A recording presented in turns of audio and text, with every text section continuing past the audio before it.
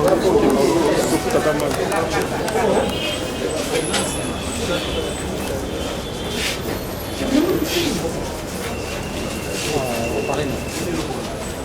vais descendre le micro.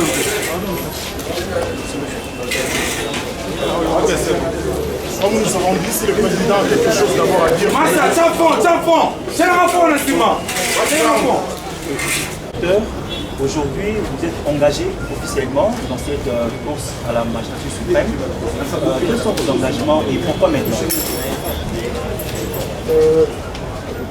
Pourquoi maintenant? Je pense que c'est parce que notre pays va très mal. Et il va très mal sur plusieurs plans. Je crois qu'aujourd'hui nous sommes devant une crise qui est une crise existentielle. Cette crise est existentielle puisque notre pays est occupé aujourd'hui par des pays étrangers. Nous avons plus de 100 nous parler à l'est du pays.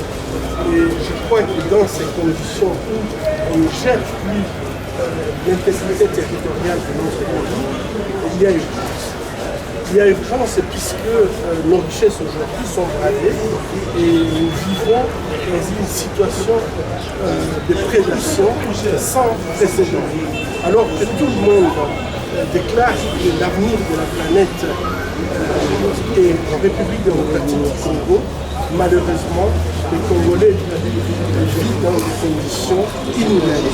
Et je crois que ce n'est plus tolérable que en fait, le Congo puisse être toujours la source du développement de notre planète, en commençant par les véhicules, les pneus avec les caoutchoucs. Nous avions perdu 10 millions de personnes, et après les bombes atomiques, c'est l'uranium congolais qui a été utilisé. Le développement électronique, c'est le coltan congolais, et demain, ça sera le cobalt congolais pour la transition énergétique. Et devant cette situation, nous ne pouvons plus continuer à rester indifférents et laisser les autres gérer notre patrimoine, gérer nos ressources en nous privant de tout. Le Congolais a toujours répondu absent par rapport à tous ces développements. C'est urgent aujourd'hui de pouvoir faire la part des choses, mettre tout simplement les Congolais en orbite pour qu'ils soient les gestionnaires des secteurs. Le président de la CENI vous a fait l'honneur de vous recevoir dans son bureau. De quoi avez-vous parlé?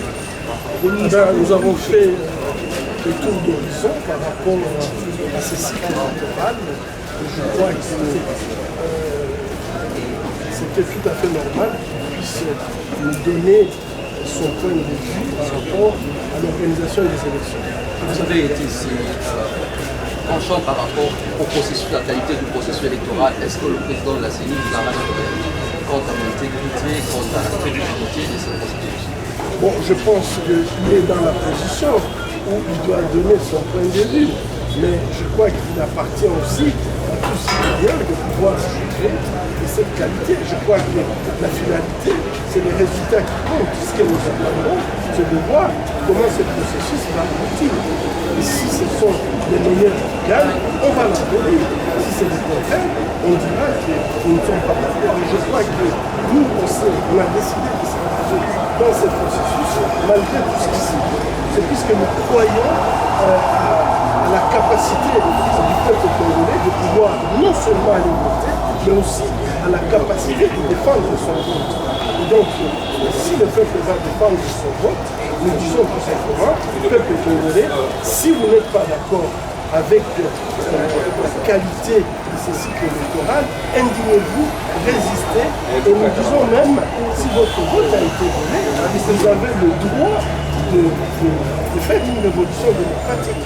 On ne peut plus continuer à accepter ce qui s'est passé au cycle passé, de se répéter pendant ce cycle, sinon on entre dans un système où tout le monde sait que les élections ne servent à rien. Vous avez déposé votre candidature parce qu'on peut considérer que c'est le plus grand jeu de Il y a une question. Une question à Lingala, s'il vous plaît.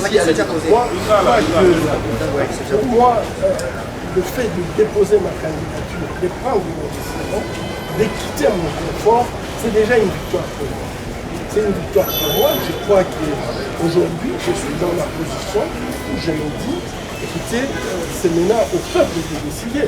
Et je crois qu'aujourd'hui, le peuple aura le choix entre l'axe que nous avons et tout ce que nous connaissons.